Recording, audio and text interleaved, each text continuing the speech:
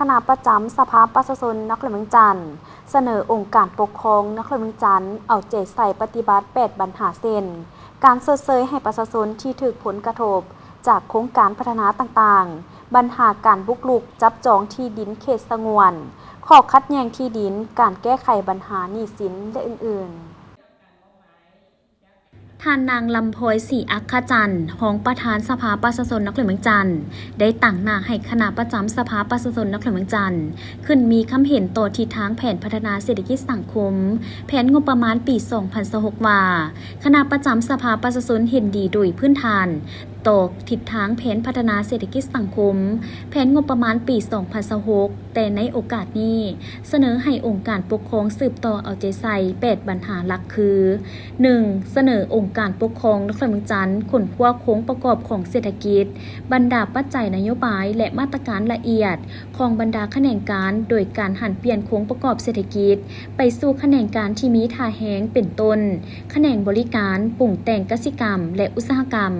กำหนดโครงการบริมสิทธิ์ของการพัฒนาที่มีท่าแห้งเหมาะสมกับสภาพตัวจริงเพื่อรับประกันการบรรลุอัตราการเติบโตของเศรษฐกิจที่กำหนดในแผนการประจำปี 2026 ให้บรรลุตามแผนที่วางไว้ 2. เอาใจใส่ในการสร้างแผนงบประมาณที่มีตัวชี้บอกลักษณะบุคทะลุรับประกันการสร้างความเข้มแข็งให้งบประมาณแห่งรัฐเป็นต้นการจัดเก็บรายรับตามท่าแห้งบ่มซ้อนตัวจริงที่มี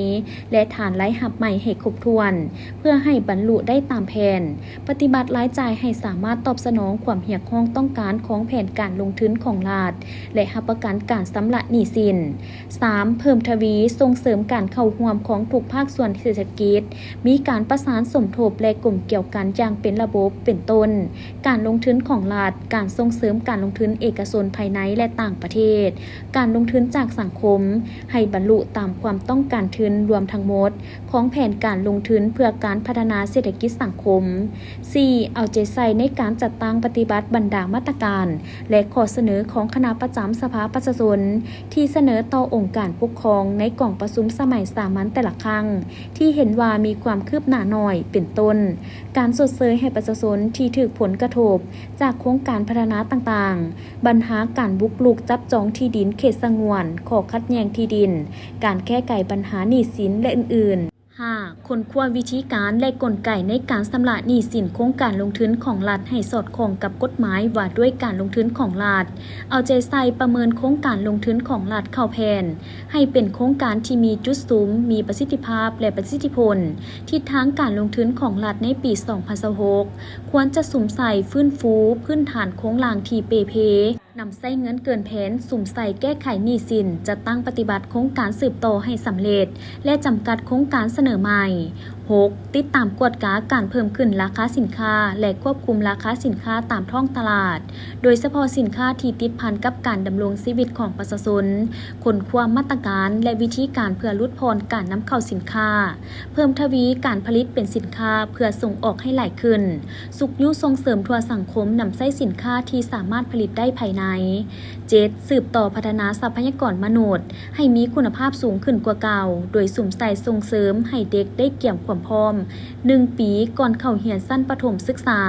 ส่งเสริมการเข้าเรียนและปรับปรุงคุณภาพการเรียนการสอนในทุกชั้นทุกสายพร้อมทั้งสืบต่อการแก้ไขปัญหาการขาดแคลนครูและการป้าลาการเรียน 8. สุ่มใส่พัฒนาฝีมือแรงงานให้เป็นระบบที่แข็งแรงและมีประสิทธิภาพเพื่อตอบสนองความต้องการของตลาดแรงงานสามารถประกอบอาชีพอิสระลดผ่อนการว่างงานพร้อมเดียวกันนี้ยังเสนอองค์การปกครองนครหลวงเวียงจันทน์ได้กาเกียมแผนพัฒนาเศรษฐกิจสังคมแผนงบประมาณแห่งรัฐ5 ปีครั้งที่ 10 2026-2030 ของนครหลวงเวียงจันทน์เพื่อนำเข้าพิจารณาหับห้องในกล่องประชุมครั้งปฐมฤกษ์ของสภาประชาชนนครหลวงเวียงจันทน์สุดที่ 5